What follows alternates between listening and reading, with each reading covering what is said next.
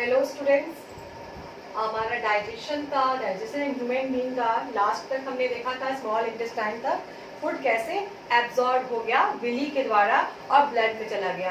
Blood क्या करता है? Blood transport the digested food to each and every organ parts of the body.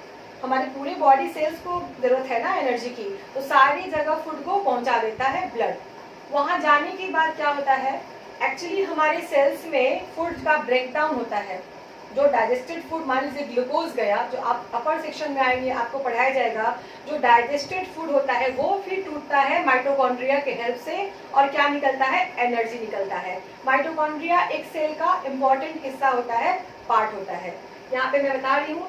उसके बाद जो डाइजेस्टेड फूड है, एब्जॉर्ब फूड है, उसका इस्तेमाल अलग अलग कार्य में क्या क्या होता है? एनर्जी लेने में, हमारे ग्रोथ में, अगर कोई सेल का मान लीजिए ब्रेकडाउन हो रहा है, डैमेज हो रहा है, तो उसको रिपेयर करने में, उसको मरम्मत करने में, इन सब फंक्शन में जो फूड का इस्तेमाल हो रहा है उसको कहते हैं एसिमिलेशन।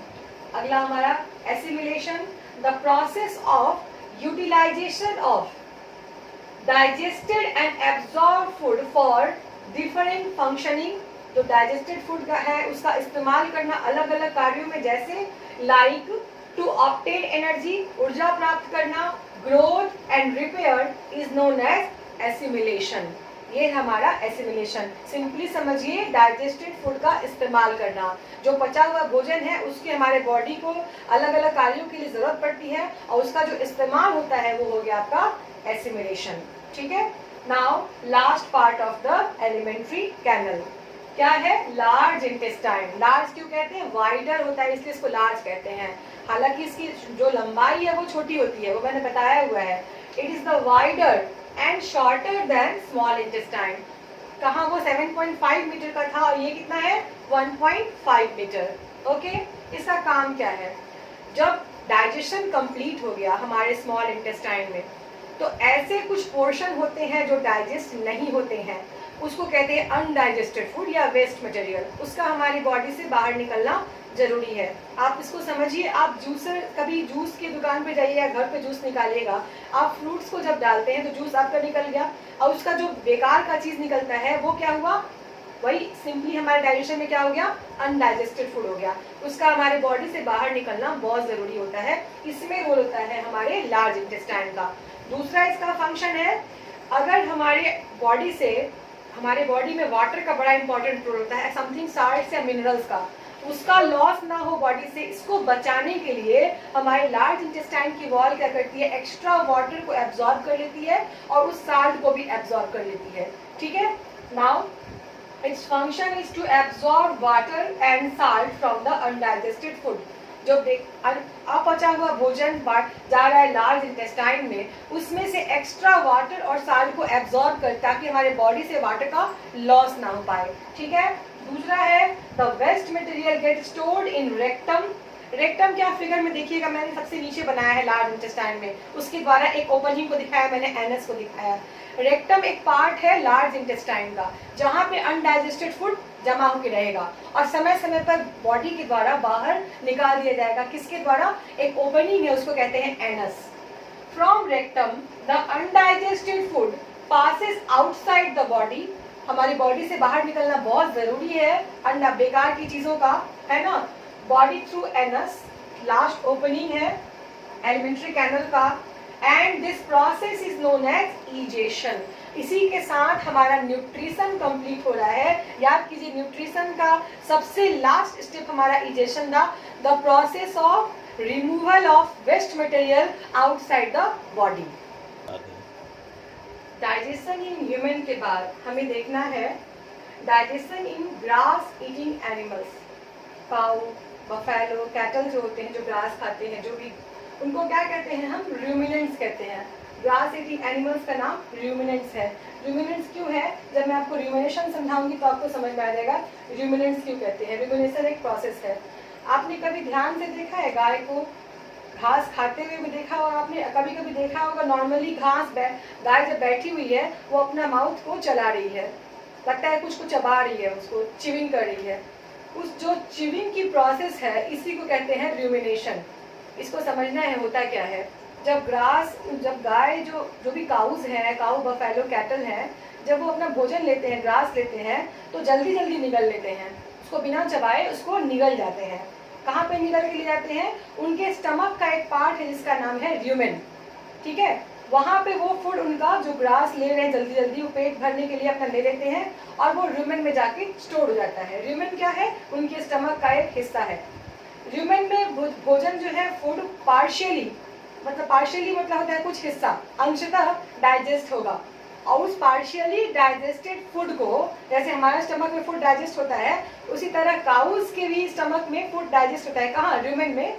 उस पार्शियली डाइजेस्टेड फूड का नाम होता है कर्ड। यहाँ मैंने लिखा हुआ है कर्ड, आपके कीवर्ड्स में डिफाइन करने को बोल रहे हैं कर्ड को, तो कर्ड को क्या लिखोगे आप? Partially digested food present in the stomach of ruminants, ठीक है।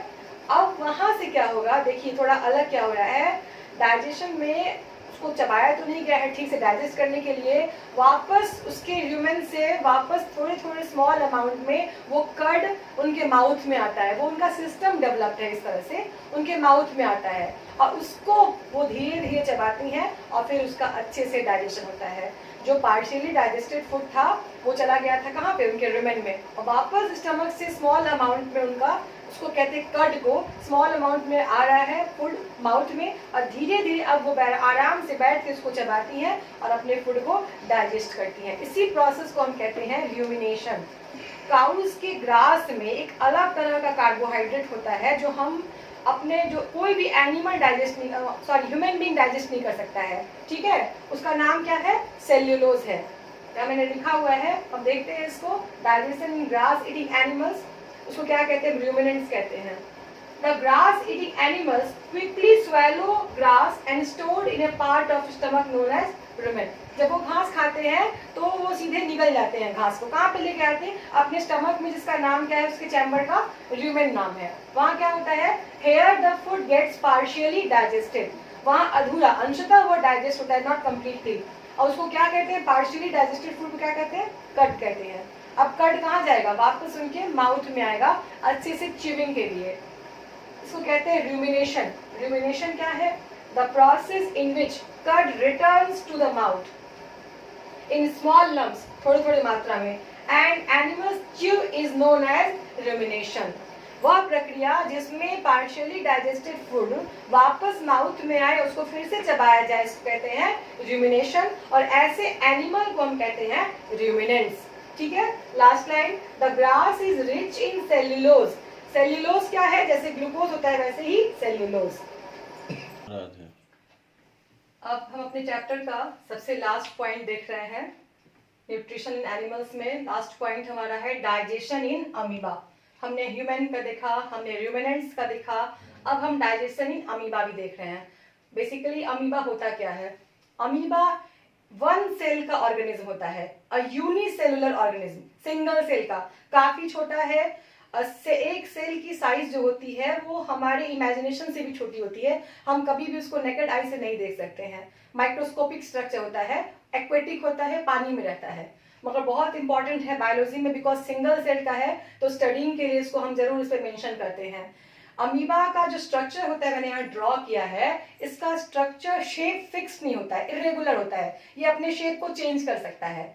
इसके शेप को चेंजिंग में एक फिंगर लाइक प्रोजेक्शंस बढ़ता है जो हेल्प करता है कैप्चरिंग ऑफ फूड में। मान लीजिए अमीबा है, अमीबा के पास कोई फूड है और एक ही सेल है, इसके पास तो हाथ पैर नहीं है, उसके पास एक ही सेल है, तो अपने मेम्ब्रेन को, सेल की दीवार जो मेम्ब्रेन होता है उसको फोल्ड कर देता है फिंगर लाइक प्रोजेक्शंस में। किसके लिए?